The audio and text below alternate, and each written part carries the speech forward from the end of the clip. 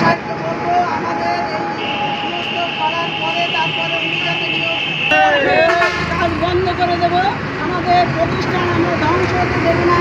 আমরা এই প্রতিজ্ঞা করে আমরা আজকে কিন্তু আমরা সম্মানিত উপস্থিতি, এ পর্যায়ে আপনাদের সম্মুখে মূল্যবান বক্তব্য রাখবেন ভাই কবি মোহাম্মদ আলামিন পিরোজপুর।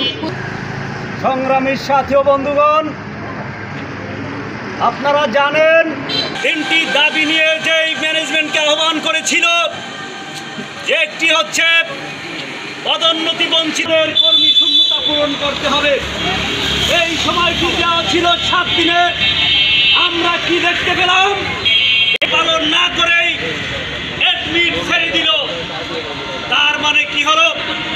কর্মী তাদের কণ্ঠ রোধ করা হবে। সংগ্রামী সাথী ও বন্ধুগণ, আমরা আরো কি দেখতে পেলাম? আমরা যারা দাবি নিয়ে মাঠে আছি, আমাদেরকে আউটসোর্সিং এর কর্মী হিসেবে তারা। আপনাদের কাছে আমার প্রশ্ন, এখানে যারা উপস্থিত রয়েছেন, আপনার কি আউটসোর্সিং এর কোনো কর্মী? স্থায়ী কর্মী, অস্থায়ী কর্মী সবাই আছেন। আপনার কথা বলছেন না কেন? আপনার কি অ্যাকাউন্ট খুলে তারা এখন স্থায়ী হওয়ার জন্য দাবি করতেছে। আপনারা কি সবাই আউটসোর্সিং এর কর্মী না স্থায়ী কর্মী? আপনারা স্থায়ী কর্মী, আপনারাও স্থায়ী কর্মী। 15 থেকে 20 বছর কাজ করতেছে, আপনাদের প্রমোশন নাই, আপনাদের স্থায়ী নাই। আপনাদেরকে এই কুচক্রী ম্যানেজমেন্ট আউটসোর্সিং এর কর্মী বলে আপনাদের কর্মস্থল এবং আপনাদেরকে অপমানিত করছে। আমরা একটি বিক্ষোভ কর্মসূচির আয়োজন করেছি।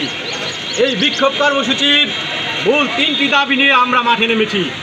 প্রথমত দাবি ছিল অস্থায়ী সকল কর্মীদের স্থায়ীকরণ করতে হবে।